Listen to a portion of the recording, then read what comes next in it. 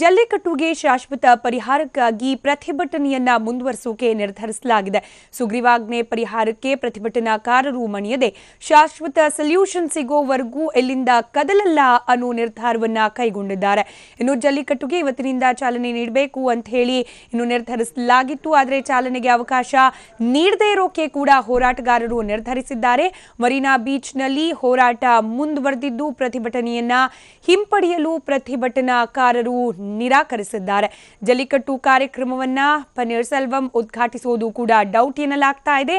ಮಧುರೈನ ಆಳಂಗನಲ್ಲೂರಿನಲ್ಲಿ ಪ್ರತಿಭಟನೆ ಮುಂದುವರೆದಿದೆ. ಮರೀನಾ ಬೀಚ್ನಲ್ಲಿ ಇನ್ನಷ್ಟು ಹೋರಾಟಗಾರರು ಸೇರುವ ಸಾಧ್ಯತೆ ಕೂಡ ಕಂಡು ಬರ್ತಿದೆ.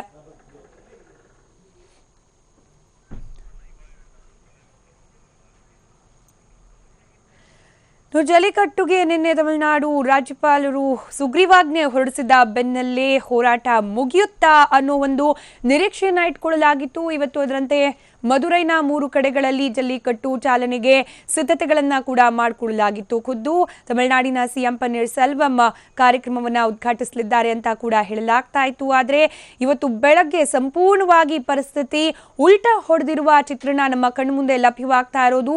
ಕೇವಲ ಸುಗ್ರೀವಾಜ್ಞೆಯನ್ನ ಹೊರಡಿಸಿ ಈ ಬಾರಿ ಮಾತ್ರ ಜಲ್ಲಿಕಟ್ಟನ್ನ ಅನುಮತಿ ನೀಡಿದ್ರೆ ಸಾಕಾಗೋದಿಲ್ಲ, ಇದಕ್ಕೊಂದು ಶಾಶ್ವತ ಪರಿಹಾರ ಬೇಕು.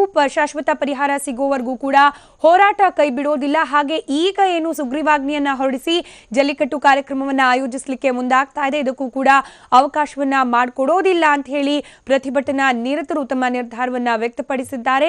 ಮತ್ತಷ್ಟು ತೀವ್ರ ಸ್ವರೂಪದ ಪ್ರತಿಭಟನೆಯನ್ನ ಮುಂದುವರಿಸ್ತೀವಿ ಅನ್ನೋ ಸೂಚನೆಯನ್ನ ಕೂಡ ನೀಡಿದ್ದಾರೆ. ಇನ್ನು ವೀಕೆಂಡ್ ಕೂಡ ಆಗಿರೋದ್ರಿಂದ ಮರೀನಾ ಬೀಚ್ ನತ್ತ ಇವತ್ತು ಮತ್ತಷ್ಟು ಜನ ದೌಡಾಯಿಸುವ ಸಾಧ್ಯತೆ ಕೂಡ ದಟ್ಟವಾಗಿ ಕಂಡು ಬರ್ತಾ ಇದೆ. ಇತ್ತ ಮಧುರೈನಲ್ಲಿ ಏನು ಜಲ್ಲಿಕಟ್ಟನ್ನ ಆಯೋಜಿಸಬೇಕು ಅಂತ ಹೇಳಿ 3 ಸ್ಥಳಗಳನ್ನ ಗುರುತಿಸಲಾಗಿತ್ತು. ಆ ಪೈಕಿ ಪ್ರಮುಖ ಸ್ಥಳ ಅಂತಂದ್ರೆ ಮಧುರೈನ ಆಳಂಗನಲ್ಲೂರು, ಅಲ್ಲೂ ಕೂಡ ಪ್ರತಿಭಟನೆ ಇವತ್ತು ಕೂಡ ಮುಂದುವರೆದಿದೆ. ಇನ್ನು ಇವತ್ತು ಅಲ್ಲಿ ಜಲ್ಲಿಕಟ್ಟನ್ನ ಆಯೋಜನೆ ಮಾಡಲಾಗತ್ತೆ ಅನ್ನೋ ಮಾಹಿತಿ ಲಭ್ಯವಾಗ್ತಾ ಇತ್ತು. ಇದಕ್ಕಾಗಿ ಸಿದ್ಧತೆಗಳನ್ನ ಮಾಡಿಕೊಳ್ಳುವಂತೆ ಮಧುರೈನ ಡಿಸಿಗೆ ಕೂಡ ಅಂದ್ರೆ ಜಿಲ್ಲಾಧಿಕಾರಿಗಳಿಗೂ ಕೂಡ ಸೂಚನೆಯನ್ನ ರವಾನೆ ಮಾಡಲಾಗಿತ್ತು. ಆದರೆ ಮಧುರೈನ ಆಳಂಗನಲ್ಲೂರಿನಲ್ಲೂ ಕೂಡ ಶಾಶ್ವತ ಪರಿಹಾರಕ್ಕಾಗಿ ಆಗ್ರಹಿಸಿ ಹೋರಾಟ ಮುಂದುವರೆದಿದೆ.